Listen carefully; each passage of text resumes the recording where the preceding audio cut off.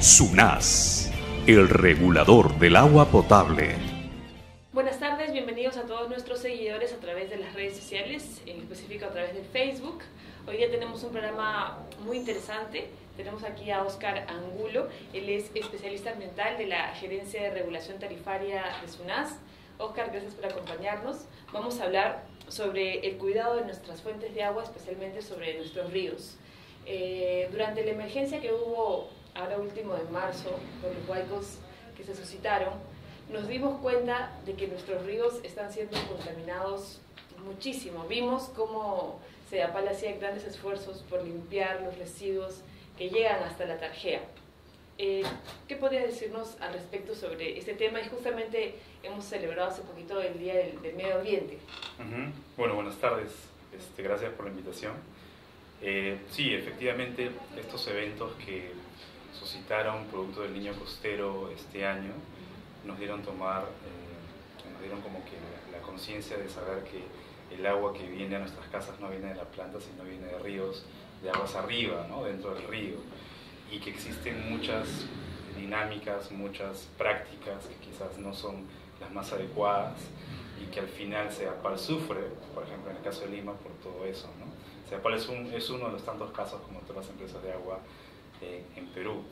Y con respecto al Día del Medio Ambiente, pues ha sido una oportunidad justamente para tocar este tema con otros actores, con otras instituciones, para ver de qué manera podemos mitigar eso, remediar eso, cambiar algunas cosas y que la gente empiece a ver que las fuentes de agua son muy importantes, tanto en temas de cantidad como calidad, ¿no?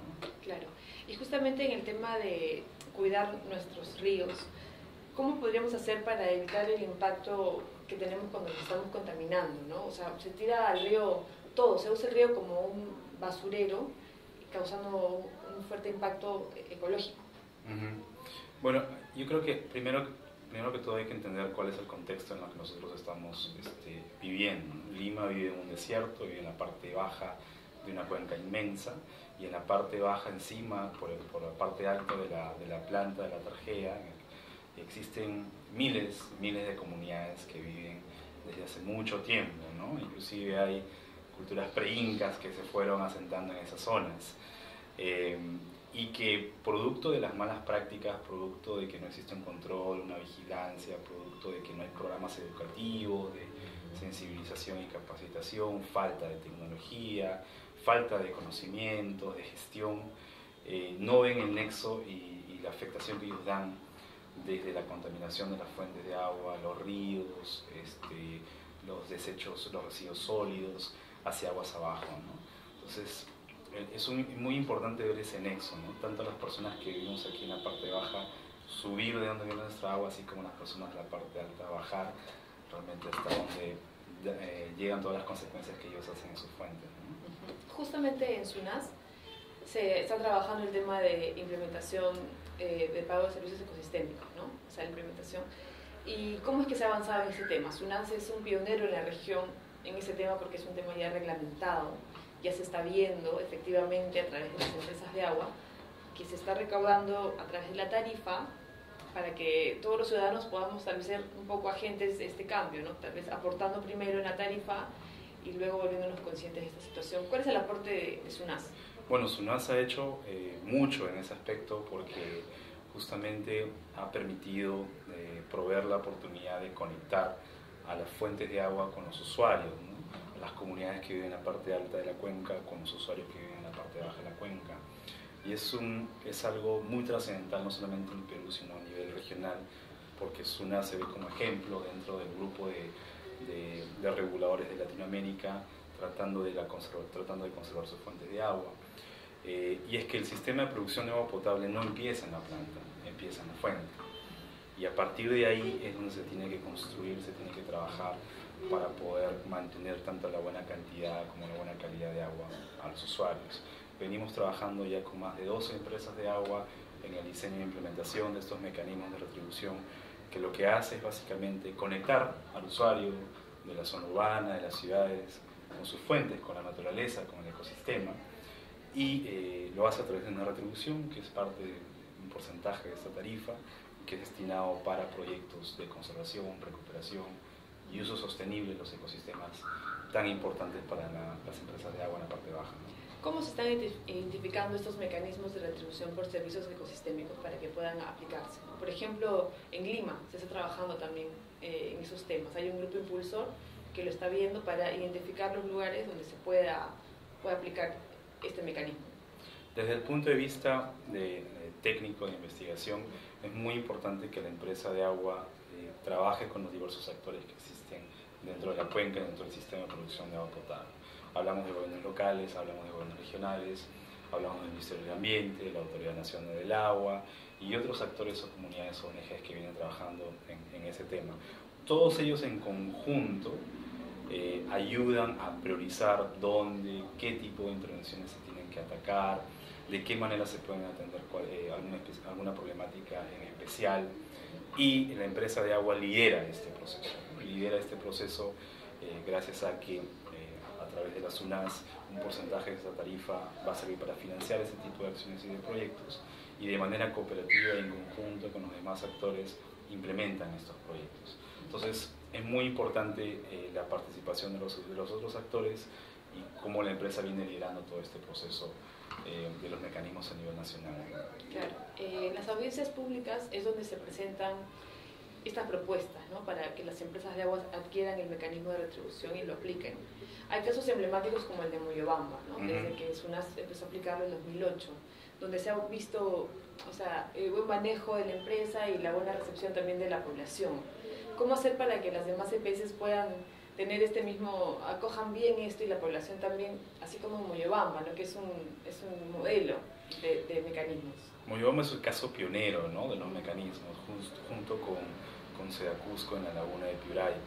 Y yo creo que el plus, el valor agregado que tenía Moyobamba son esas campañas tan grandes de sensibilización y comunicación que ellos tienen con sus ciudadanos. Nosotros, cuando hablamos del mecanismo de retribución de Moyobamba, es un mecanismo que nace de la ciudad al campo, porque es de la ciudad, de los usuarios, de la problemática y la preocupación que ellos tienen por el servicio, y lo conectan directamente con las fuentes. Ojalá tuviéramos 49 Moyobombas más en todo el Perú, y esto podría agilizarse mucho en el proceso, ¿no?, porque la iniciativa parte de la cuenca baja para la parte alta en pro de la conservación de sus fuentes. Ayuda mucho también que es como que tienes la fuente cercana. En el caso de Lima es todo lo contrario. Nosotros como usuarios no vemos nuestras fuentes de agua. Pensamos que abrimos el caño y ahí está el agua, pero no sabemos todo el proceso, dónde viene. Entonces, ¿qué se podría hacer en ese caso para que el ciudadano de a pie pueda ser más consciente de sus fuentes de agua, ¿no?, y que lo difícil que es trasladar el agua a la ciudad? Hay casos muy interesantes, producto de este trabajo, los mecanismos que se han venido trabajando, en donde empresas de agua, por ejemplo, se van a los mercados o a sitios públicos de mayor concurrencia y empiezan a organizar unas rutas del agua, ¿no?, que van desde las plantas hasta las fuentes. Y ha sido casos sumamente interesantes de buen impacto en los usuarios, ya que la gente empieza a despertar y decir, bueno, el agua viene de la laguna de Rotococha, el agua viene de la laguna de Piuray, pero mira cómo están los ecosistemas degradados, ¿no? Entonces aquí empieza la producción de agua potable. Ese tipo de ejemplos, de prácticas, ha servido mucho para conectar el usuario con la fuente, a pesar de que éstas no se encuentren tan cercanas como en el caso de Lima, ¿no? En Lima, sí, pues evidentemente hay que manejar unas horas a la parte alta de la cuenca para poder ver inclusive dónde nace la fuente. Sería interesante poder organizar un viaje, una pasantía, una ruta del agua con la empresa de agua, con este grupo impulsor que se está formando, e invitar a la sociedad civil para que pueda conocer los ecosistemas y las fuentes y los ríos de donde viene el agua que se da para el trata, ¿no? Claro, y para que esto también llegue a la población, o sea, al ciudadano limeño, ¿no?, que no se da cuenta de esto, ¿no?, o sea, que no entiende muy bien, porque cuando hubo el Huayco, la gente no entendía, pero si cae tanta agua, ¿por qué no llega el agua? O sea, los procesos no están bien, o sea, asumidos, no se conocen bien. Claro, porque automáticamente tú dices mayor lluvia, mayor agua, y no voy a tener ningún problema. Sin embargo, el usuario en sí todavía no conoce la transformación de agua cruda a agua potable, y que el agua cruda en la fuente propiamente dicha sufre o tiene algunas dinámicas hidrológicas y sobre todo sociales alrededor de la laguna. alrededor del río, alrededor de la fuente. Entonces, una ruta, un viaje a los usuarios, yo creo que sería sumamente interesante como para que ellos puedan conocer las dinámicas sociales y la presión antrópica mala muchas veces en fuentes de agua que existen actualmente en cuencas de Lima o en cuencas de ciudades importantes como Cusco, Arequipa y otras, ¿no? Claro. Emergencias como las que hemos vivido sirven, pero no es bueno llegar al extremo, ¿no? O sea, nuestra ciudad, Lima y otras ciudades del Perú están amenazadas por posibles sequías. O sea, no es algo lejano ni raro que pueda pasar. Entonces, ¿qué podemos hacer al respecto? Lo que nos dice, por ejemplo, algunos escenarios de cambio climático es que los eventos extremos se van a intensificar, ¿no? Entonces, donde hubo más sequías habrá más sequías, donde hubo más lluvias habrá más lluvias, y esto trae evidentemente desastres naturales como los que vimos hace unos meses. La mejor alternativa que se puede proponer es tratar de incrementar la capacidad de resiliencia, la capacidad de adaptación que nosotros tenemos desde la parte baja hasta la parte alta. Pero todo parte de poder entender de dónde nace el problema, ¿no? Yo creo que si es que en la parte alta de la cuenca hubiéramos tenido ecosistemas en buen estado, hubiéramos tenido una mejor gestión, con eventos extremos hubiéramos mitigado mucho de los efectos del Niño costero en los últimos meses. Pero todo parte primero de conocer la cuenca bien, conocer cuáles son los actores que participan, la problemática y cómo todos estos construyen este rompecabezas que al final termina en agua potable para la ciudad de Lima. Y eso ligado también a una cultura del agua, o sea, de ser consciente del ciudadano, ¿no? Al usuario directo de ese servicio, y como nombraba CEDAPAL, o sea, un uso responsable y a la vez solidario del agua. Correcto, la cultura del agua es lo fundamental, ¿no? Es una estrategia transversal desde el inicio de los mecanismos y hasta el fin de los mecanismos, si es que en algún momento tiene un fin en los mecanismos, porque esto le va a dar sostenibilidad a todas las prácticas y proyectos que las empresas de agua realizan en sus fuentes de agua.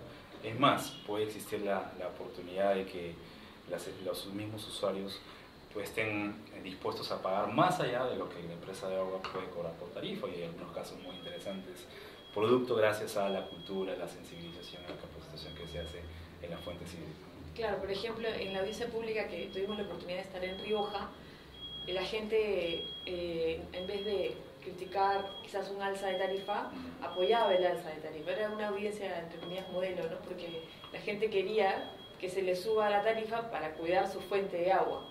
O sea, esto también, y había muchos impulsores, ¿no?, ambientales del tema en Rioja, y por eso se lograba esto.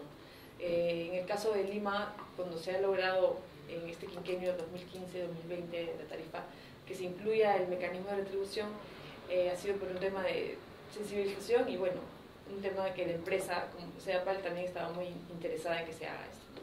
Sí, pero todavía hay mucho por hacer, ¿no? Porque en el caso de empresas como Rioja o Andahuaylas o Huancayo, Ayacucho, son empresas sumamente pequeñas comparadas con la empresa CEDAPAL, que tiene un ámbito mucho más grande, ¿no? Las redes son sumamente una herramienta excelente como para poder difundir lo que bien está haciendo CEDAPAL en la protección y la conservación de sus fuentes de agua, involucrar a la sociedad civil, a las ONGs, a los gobiernos locales. Eso va a ser fundamental para poder darles, no solamente implementar, sino darles sostenibilidad, porque lo que a nosotros nos preocupa es, si bien es cierto, recuperar la fuente, pero conservarla en el tiempo, para que justamente estos eventos extremos con los que hemos pasado no nos causen los daños, los perjuicios que hemos sufrido, ¿no? Lima puede entrar en un caos de repente por eso. Entonces la idea es darle que estos mecanismos tengan esa sostenibilidad, ese sostén a lo largo del tiempo, ¿no? Y que sean fáciles de poder ser resilientes o resistentes a estos eventos extremos. Listo, Oscar, muchas gracias por habernos acompañado hoy, muchas gracias por tu aporte. Sabemos que están trabajando duro y parejo en este tema de lograr volvernos una institución más verde y lograr conservar nuestras fuentes de agua. Muchas gracias a nuestros seguidores en Facebook. Nos encontramos el próximo viernes.